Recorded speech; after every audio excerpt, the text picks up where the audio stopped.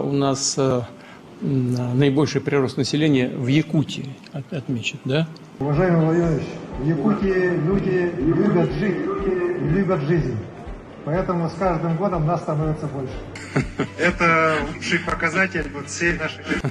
Это лучший показатель всей нашей жизни. Да, я понял. Хорошо. Ответ исчерпывающий. Спасибо. Благодарю вас. В блоге нашей инициативной группы был опубликован большой доклад по погибшим жителям Якутии, который мы подготовили совместно с коллегами из Саха-центра политической и правозащитной адвокации. Доклад охватывает период с февраля 2022 по февраль 2026 года и представляет собой комплексное исследование человеческих потерь.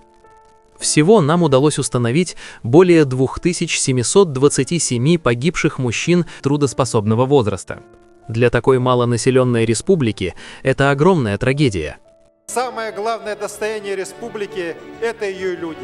Это тот человеческий капитал, который позволяет нам идти вперед. Если просто сравнивать абсолютные числа, может показаться, что больше всего погибших в крупных городах, таких как город Якутск, Нерюнгри и Мирный.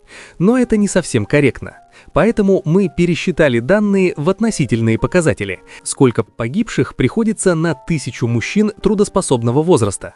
И тогда стала видна реальная картина. Наибольшая относительная нагрузка приходится на северные и малонаселенные улусы.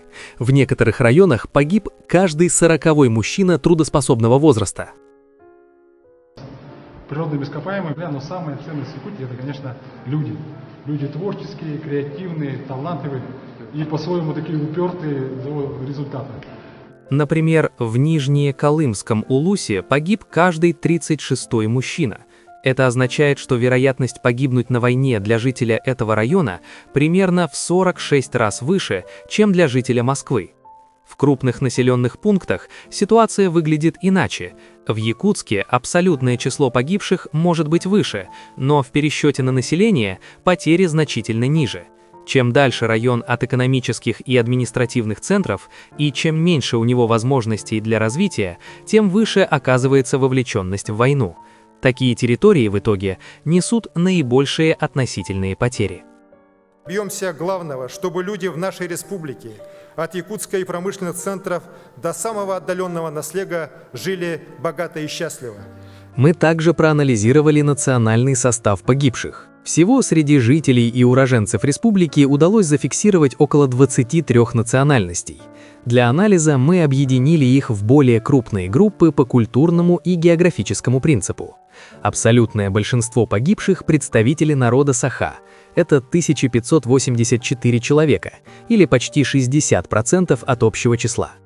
Якутия вообще хорошо развивается, активно развивается. Но и бойцов нам на линию боевого соприкосновения дает, таких, которых поискать. Во всем мире, наверное, нет. Эта доля даже немного выше их доли в населении республики, которая составляет около 55%. В эту категорию могли попасть и представители коренных народов Севера в тех случаях, когда точную этническую принадлежность установить не удалось. Жизнь людей, понимаете, это приоритет. Приоритет вы как-то поймите для себя, поставьте правильные задачи. На втором месте русские. Их 893 человека. Примерно 33% от общего числа погибших. Эта цифра почти соответствует их доле в населении республики.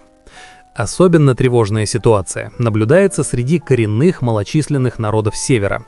Их численность и без того невелика, поэтому каждая смерть означает не только человеческую трагедию, но и утрату языка, традиций и культурных знаний.